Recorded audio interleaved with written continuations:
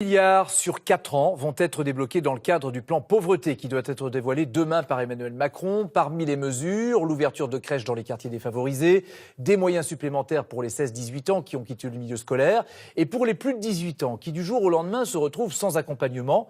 Un suivi est à l'étude. À l'image de ce reportage d'Emmanuel Bach et Loïc Blache dans une association qui s'occupe d'enfants placés dans la région de Valenciennes. Alors, ordre. Qu'est-ce que tu entends dans les premières? Dans cette famille, les devoirs se font dans la cuisine et tous ensemble. Sylvie Sorel, éducatrice familiale, est une maman de substitution pour 6 enfants de 7 à 15 ans. Tous avec un parcours de vie difficile. Ici, ils retrouvent un cadre. C'est vrai qu'ils m'aident un petit peu et l'organisation se passe très bien. D'ailleurs, j'ai un planning. À tour de rôle, les enfants doivent mettre la table, balayer ou sortir les poubelles. On peut leur demander plein de choses. S'ils se sentent aimés, je crois qu'on peut arriver à tout avec un enfant. Ces enfants ont été retirés à leurs parents sur décision de justice. Cette adolescente avait seulement 4 ans quand elle est arrivée dans une maison de l'association. Aujourd'hui, elle en a 12 et pense déjà à son avenir.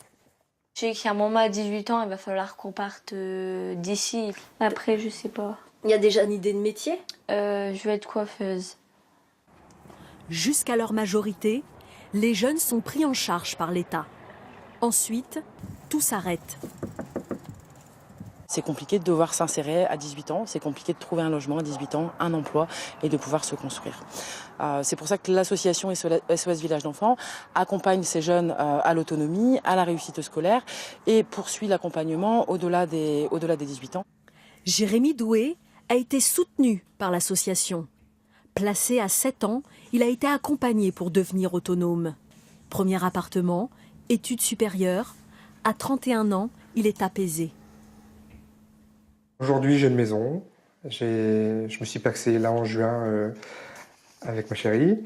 On a eu un enfant en mois de juillet. J'ai commencé bas et aujourd'hui, oui, je n'ai pas les reins solides, mais j'ai une base solide qui fait que je suis à l'abri, entre guillemets, du besoin. En France, l'association s'occupe de 1000 jeunes, des mineurs, mais aussi de jeunes adultes, pour qu'ils ne se retrouvent pas livrés à eux-mêmes. Rachida